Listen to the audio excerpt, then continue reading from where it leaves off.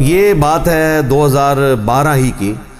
ہمارے آفس میں ایک کولیگ تھے، ہم دوسرے کسی آفس میں گئے تو ہم دونوں، تو وہاں پہ ایک دعوت اسلامی کے بھائی تھے، وہاں پہ امامت کرواتے تھے. تو انہوں نے دیکھا ہمیں جب سنت کے مطابق رفع الیدین سے نماز پڑھتے ہوئے، تو انہوں نے کہا یہ نجدی کی طرح ہیں، یہ کون سے نجدی ہیں جو ہمارے پیچھے نماز پڑھتے ہیں؟ حالانکہ اہل حدیث کے نزدیک تو بریلویوں کے پیچھے نماز نہیں ہوتی، بریلویوں کے نزدیک ان کے پیچھے نماز نہیں ہوتی. تو اسی وجہ سے ان کے دل میں ہمارے لیے نرم گوشہ پیدا ہوا.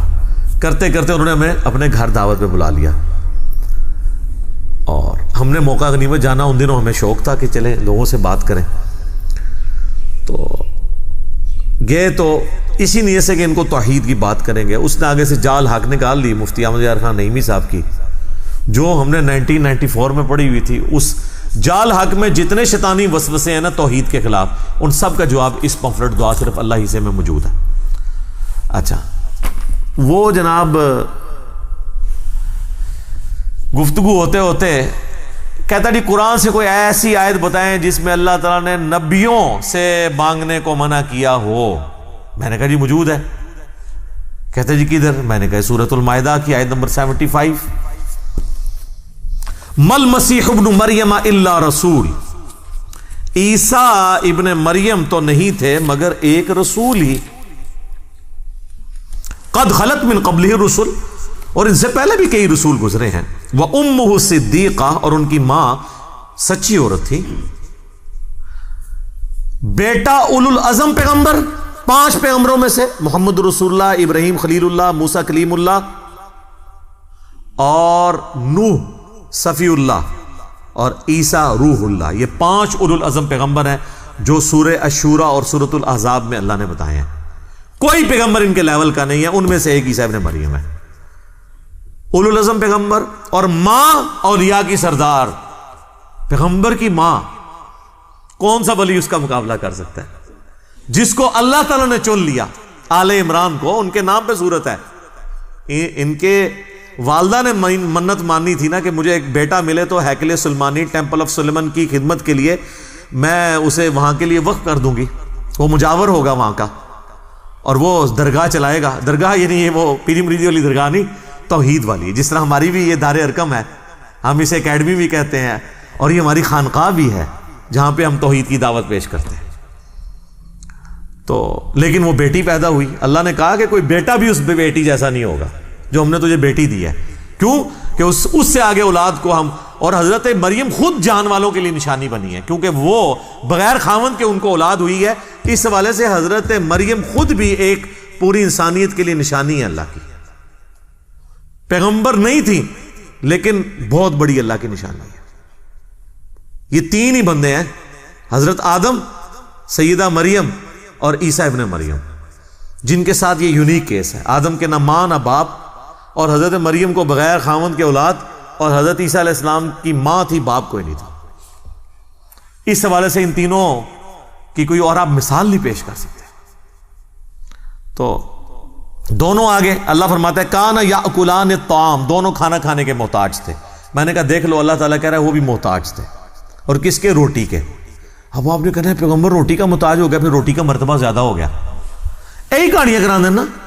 اچھا جی، وہ اگر چڑیا اڑ سکتی ہے تو بزرگ کیوں نہیں اڑ سکتے؟ تو اڑے نا یار، دکھائیں اڑ کے.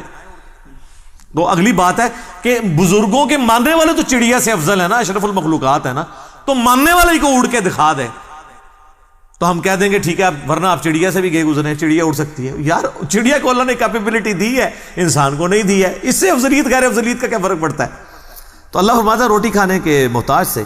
انظر کیف نبین لهم الآیات، تم دیکھو ہم اپنی آیات کس طرح کھول کر بیان کرتے ہیں. ثم انظر، پھر تم ان کی طرف دیکھو، انا یؤفکون، یہ کہاں گرے جاتے ہیں.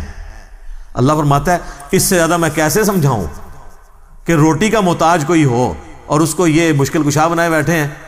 دیکھو ہم آیات کھول کے بیان کرتے ہیں اور ان کا گیر الٹا ہی لگا ہوا ہے. اگلی بات، قل اتعبدون من دون اللہ، اے نبی ان کرسچن سے کہو اللہ کو چھوڑ کر عیسیٰ اور ان کی ماں، ان کو تم ان کی عبادت کر رہے ہو.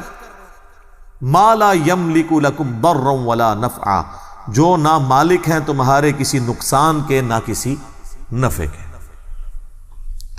میں نے کہا دیکھ لو یہاں پہ آ گئے کہتا تو ہم تو نبی الاسلام کی یا بزرگوں کی عبادت نہیں کرتے، یہاں تو آیا تھا عبادت کرتے ہو ایسے کی. تو عیسائیوں کو اللہ نے اس لیے کہا ہے کہ وہ عبادت کرتے تھے. ہم تو نبی الاسلام کو اللہ کا بندہ مانتے ہیں اور نماز میں عبدہ و رسولہ پڑھتے ہیں. میں نے کہا نا، پرانیاں گلاں، پرانے بہانے، پرانے بزرگ. اگے پڑھ، ما لا یملک لکم ضرا ولا نفعا. عیسیٰ اور ان کی ماں نہ تمہارے کسی نفع کے مالک ہے نہ نقصان کے. میں نے کہا عبادت کرنا چھوڑ، نہ کر عبادت. اللہ تو یہ کہہ رہا ہے کہ عیسیٰ مشکل کشا ہے ہی نہیں، ان کی ماں ہے ہی نہیں، نہ وہ کسی کو نفع دے سکتے ہیں نہ نقصان. ساتھ ہی چپ کر گیا وہ بندہ. کیوں کہ جال حق میں صرف پہلے وسوسے کا جواب تھا، دوسرے کا ان کے پاس بھی نہیں تھا. اس لیے اس نے بڑے کانفیڈنس سے جواب دے دیا کہ میں فوراً کہا. اور میں پہلے ہی سوچ رہا تھا کہ جب میں آیت پڑھوں گا تو آگے یہ کہے گا. سر مجھ سے زیادہ کون بریلوی جانتا ہے؟ 31 سال تھوڑا شرک پھیلایا ہم نے. ٹھیک ہے، لیکن آپ دیکھ لیں حضرت عمر 6ویں نمبر پہ آئے ہیں، یعنی مسلمان ہوئے 6 سال بعد 40ویں نمبر پہ ترقی کر کے دوسرے نمبر پہ پہنچ گئے. تو 6 سال تک مسلمان نہیں ہوئے، لیکن جب بات سمجھ آئی ہے نا پھر جناب آپ دیکھ لیں، پھر انہوں نے لحاظ نہیں کیا کسی کا.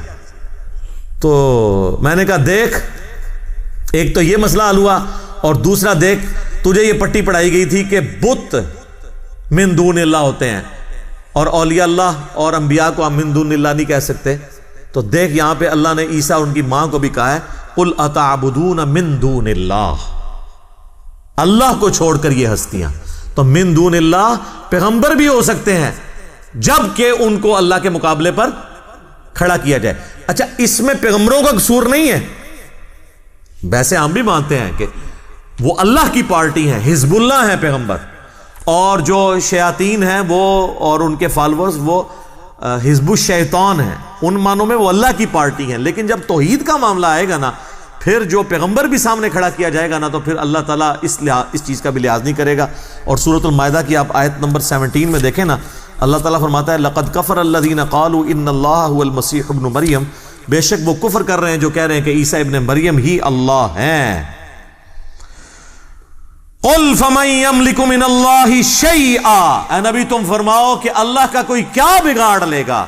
ان اراد ان یہلک المسیح ابن مریم، اگر اللہ ہلاک کر دے عیسیٰ ابن مریم کو، وَأُمُّهُ اور اس کی ماں کو، وَمَنْ فِي الْأَرْضِ جَمِيعًا اور جتنے زمین میں آباد ہیں سب کو موت دے دے. موت بھی نہیں، موت پھر بھی تھوڑا سوفسٹیکیٹڈ لفظ تھا، ہلاک کر دے. یعنی تم کہہ رہے ہو عیسیٰ اللہ ہے، تو اللہ چاہے تو عیسیٰ کو ہلاک کر دے.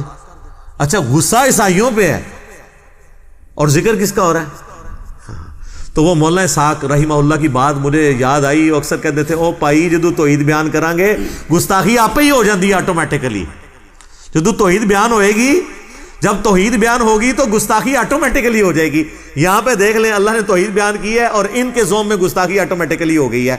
غصہ تھا عیسائیوں پر، اللہ نے کہہ دیا اگر اللہ عیسیٰ کو ہلاک کر دے، اس کی ماں کو، سب کو، اللہ کا کوئی کیا بگاڑ سکتا ہے، اس کا فیصلہ ہے. غصہ عیسائیوں پہ، لیکن ظاہر ہے جب پیغمبروں کو اللہ کے مقابلے پہ کھڑا کیا جائے گا پھر اور کوئی ذریعہ نہیں ہے سمجھانے کا. ان سے ہوتا تو یہ کہتے یار یہ کس طریقے سے گفتگو ہو رہی ہے. وَلِلَّهِ مُلْكُ السَّمَاوَاتِ وَالْأَرْضِ اور اللہ ہی کے لیے ہے بادشاہت آسمانوں کی اور زمین کی، وَمَا بَيْنَهُمَا اور جو کچھ ان کے درمیان ہے. يَخْلُقُ مَا يَشَاءُ وہ جو چاہتا ہے پیدا کرتا ہے. ہائے ہائے، اللہ نے کہا وہ جو مرضی پیدا کرے. عیسیٰ بھی ایک اس کا بندہ ہے، اس نے پیدا کر دیا.